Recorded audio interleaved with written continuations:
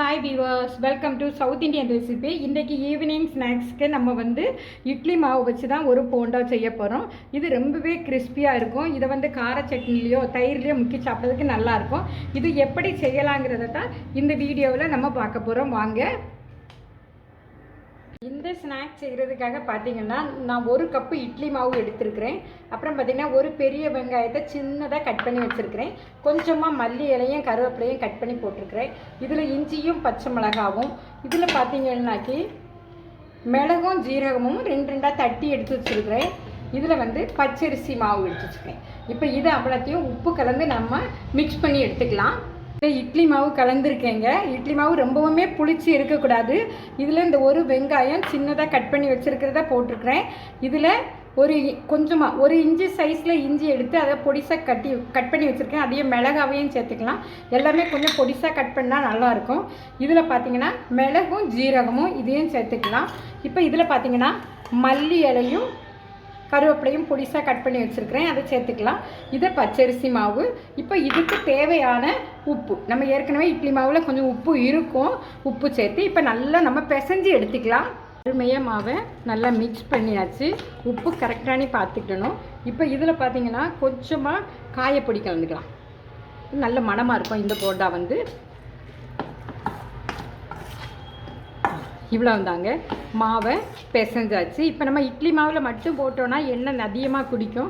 அதனால் கொஞ்சம் பச்சரிசி மாவு சேர்த்துருக்கோம். பச்சரிசி மாவு சேர்க்கும்போது தான் ரொம்ப டேஸ்ட்டாக இருக்கும். இது ஆக்சுவலாக இட்லி மாவு அடுத்த நாளைக்கு நல்லா புளிச்ச மாவாக எடுக்கக்கூடாது. முதல் மாவு நம்ம ஆக்சுவலாக ஃப்ரிட்ஜுக்குள்ளே வச்சுட்டு எடுத்துகிட்டே இருப்போம். முதல் மாவை எடுத்து இந்த போண்டா செய்யும்போது தான் ரொம்ப டேஸ்ட்டாக இருக்கும். மாவை நல்லா கலந்து எடுத்து வச்சாச்சு. இந்த பக்குவத்தில் இருக்கணும். அப்போ தான் நம்ம உருட்டி போடுறதுக்கு கரெக்டாக இருக்கும். இப்போ பார்த்திங்கன்னா அடுப்பில் எண்ணெய் வச்சுருக்கேன். எண்ணெய் சூடாகட்டும்.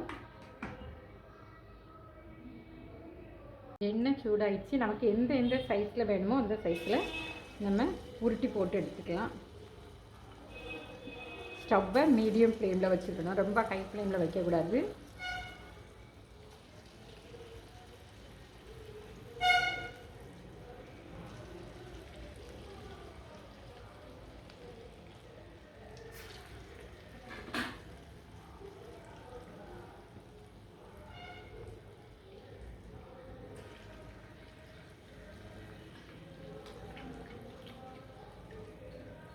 வேகட்டும்.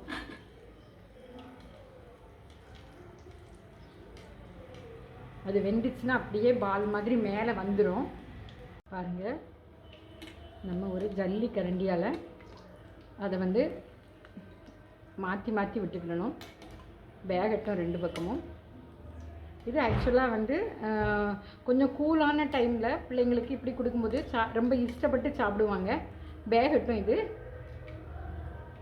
இதை நம்ம மாற்றி மாற்றி போட்டு தான் வேக வைக்கணும். இன்னும் கொஞ்சம் வேகட்டும். அது வெந்துட்டுனா ஆட்டோமேட்டிக்காக இந்த பபுள்ஸ், இந்த எண்ணெயில் உள்ள பபுள்ஸ், நம்ம எது எண்ணெயில் போட்டாலும் வெந்துட்டுனா பபுள்ஸ் நின்று வரும். பாருங்கள், அருமையாக வெந்துருச்சு. நம்ம இப்போ எடுத்து மாற்றிக்கிடலாம்.